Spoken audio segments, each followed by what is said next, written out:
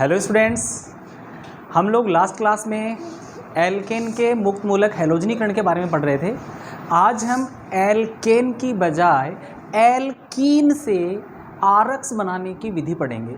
Alkene, अच्छा alkene की क्या पहचान? द्विबंध का हो निशान। कार्बन कार्बन के बीच में अगर द्विबंध है तो वो कौन है? एल्कीन। तो एल्कीन से किस प्रकार आरक्स बनाया जा सकता है, ये हमें आज की क्लास में पढ़ना है। बेटा एक इम्पोर्टेंट टॉपिक है, ध्यान से सुनिए और समझिए। देखिए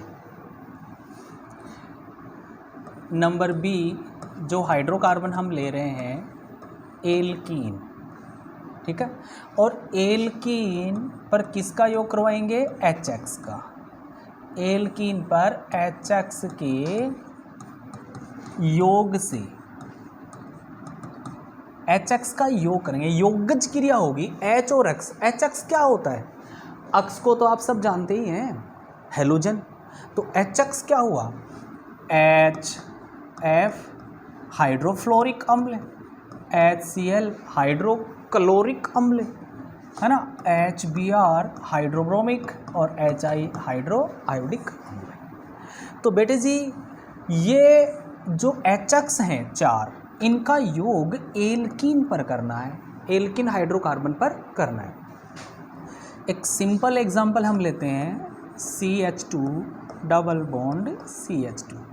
सिंपल से simple alkene ethene, CH2 double bond CH2। तो अब इस एथीन पर अगर HX का योग करें, HX योग करने का मतलब क्या होता है कि जो योग करने वाला है, जैसे HX यहाँ पे है, वो यहाँ जो द्विबंध है उसको तोड़ेगा और द्विबंध में पाई बंध है उसको तोड़ेगा, और एक पाई बंध के टूटने से दो सिग्मा बंध बनते हैं। याद रखना हमेशा, एक पाई बंध टूटेगा तो दो सिग्मा बंध बनेंगे। तो मेरे प्यारे बच्चों ये देखिए CH2 सिंगल बॉन्ड CH2। अच्छा, एक सिग्मा बॉन्ड यहाँ पर, एक सिग्मा यहाँ पर, कि यहाँ जो बीच वाला पाई बॉन्ड हुआ करता था किसी ज़माने में, देखो यहाँ पर वो टूट गया और उसके टूटने से ये दो सिग्मा बॉन्ड बने। लेकिन बॉन्ड का मतलब सामने कुछ होना चाहिए ना, तो सामने कौन आएगा इनके? H और X, क्योंकि यहाँ से ये H और X एक दूसरे से अलग होकर एक यहाँ और एक यहाँ, या फिर हैलोजन यहाँ और हाइड्रोजन यहाँ जोड़ दो, दोनों एक ही स्थितियां हैं। इसलिए मैंने इस कार्बन पे हाइड्रोजन जोड़ा, इस कार्बन पर हैलोजन जोड़ा और बीच का एक पाई बॉन्ड तोड़ दिया। तो यहाँ जो उत्पाद बना है ये बना CH3 CH2X। ये और ये एक ही बात है। देखो इसको समेट करके लिखो तो CH3 है ना, CH3, ये CH2X CH2X, ये CH3 CH2X क्या है? RX। भाई ये तो हो गया R, ये हो गया X, RX। तो हमने RX बना दिया ना। हमारा उद्देश्य क्या था? RX बनाने की विधियां ये पढ़ रहे थे, तो RX बन गया ना, CH3 CH2X, ये RX ही तो है। सपोज दैट कि यहाँ हम ये लेते CH2 double bond CH2 plus HCl। तो मेरे बच्चों इसका आंसर क्या होता है कि आगे क्या बनेगा, उत्पाद क्या होगा? तो मुझे नहीं लगता कि आप बता नहीं सकते। बता सकते हो ना? पाई बॉन्ड तोड़ोगे और एक पाई बंध टूटता है तो दो सिग्मा बनते हैं। याद रखना, क्या? एक पाई बंध टूटता है तो दो सिग्मा बनते हैं। इसलिए मेरे बच्चों यहाँ से आप लिखोगे CH2 सिंगल बॉन्ड CH2। देखो डबल की जगह मैंने सिंगल कर दिया, मतलब यहाँ जो पाई बॉन्ड हुआ करता था वो टूट गया, क्योंकि देखिए पुराने बॉन्ड टूटकर नए बॉन्ड बनेंगे तभी तो क्रिया होगी, क्रिया का यही मतलब होता है। तो मेरे बच्चों H और Cl कहाँ जोड़ोगे? आपकी मर्जी। आप कहेंगे सर मैं यहाँ तो जोड़ूंगा H और यहाँ जोड़ूंगा Cl, ठीक है। तो ये उत्पाद कैसे लिखा जा सकता है?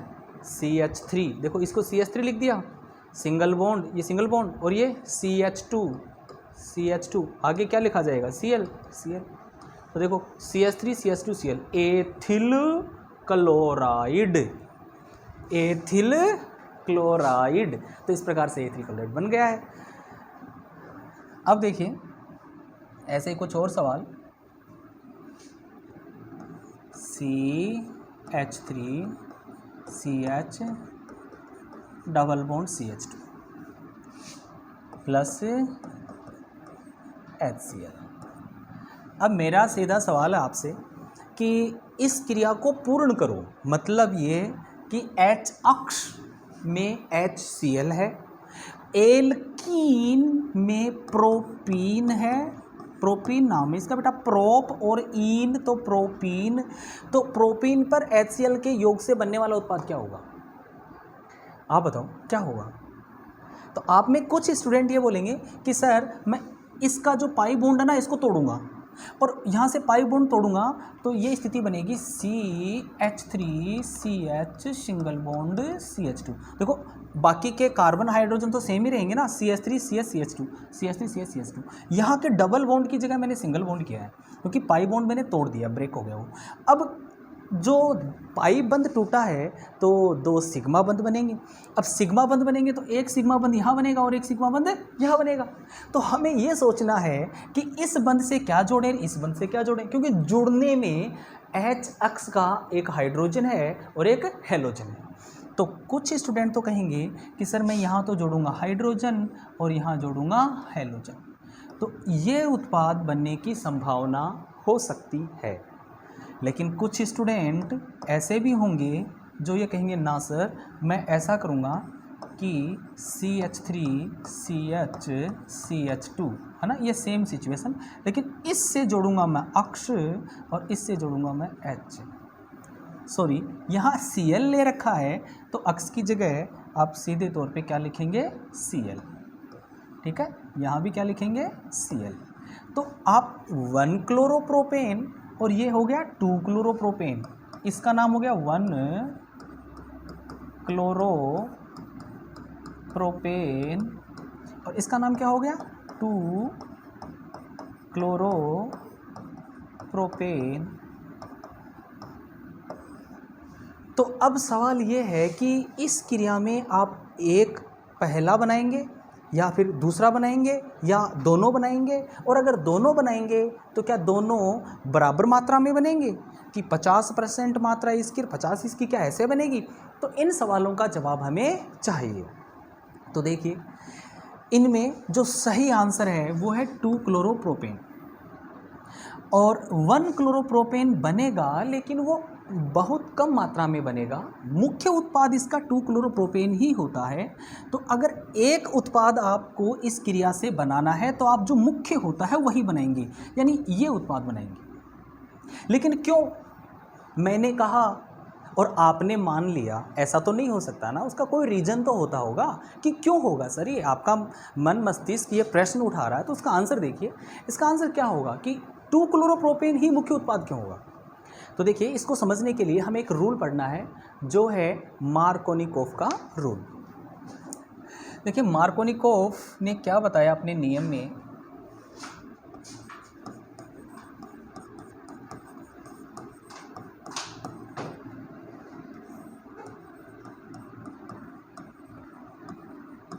इंपॉर्टेंट टॉपिक है बेटा, बहुत इंपॉर्टेंट टॉपिक है, बहुत सारे प्रश्न बनते हैं इस पर, और आप लोगों को आज अभी इसी वक्त इस MKR रूल जो है मार्कोनिकोफ रूल है इसको याद करना है। अभी मेरे साथ ध्यान से सुनिए, क्या है मार्कोनिकोफ का नियम, है ना, और ये कब और कहाँ लागू होता है।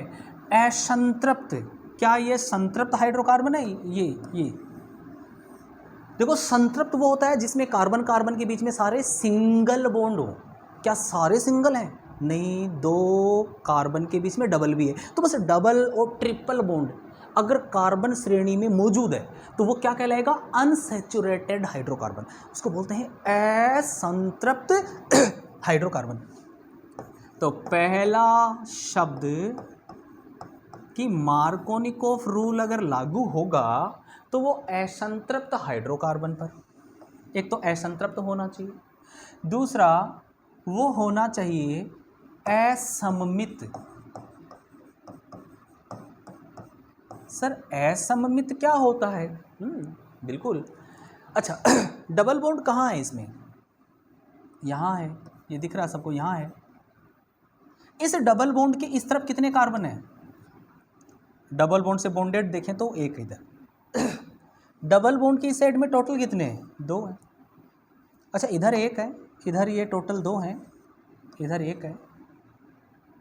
तो असममित ऐसा हाइड्रोकार्बन होता है जिसमें जो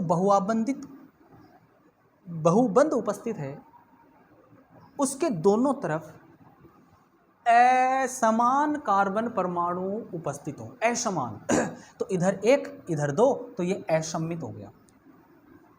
अच्छा, असंतृप्त तो ये भी है क्योंकि डबल बॉन्ड मौजूद है। संतृप्त वो होता है जिसमें सारे सिंगल बॉन्ड हो, डबल या ट्रिपल आ गया तो वो क्या कहलाएगा? असंतृप्त।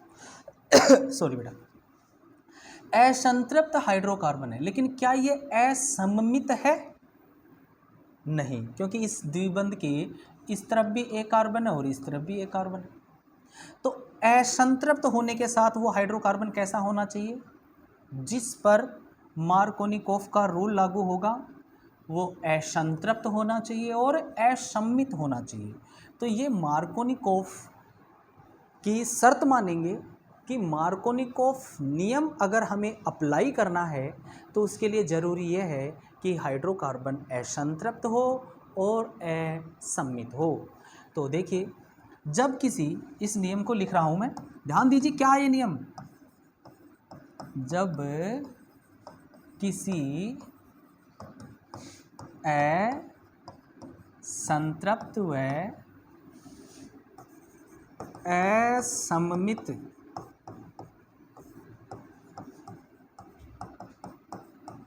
हाइड्रोकार्बन पर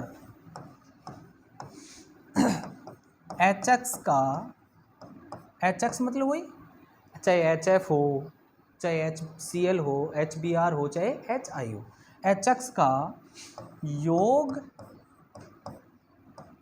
किया जाता है, करवाया जाता है, तो हैलोजन परमाणु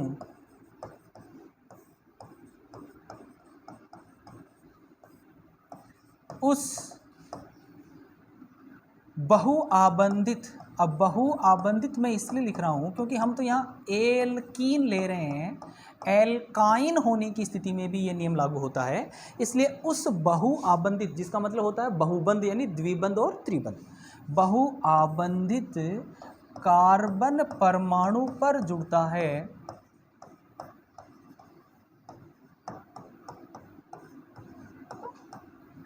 जिस पर हाइड्रोजन परमाणुओं की संख्या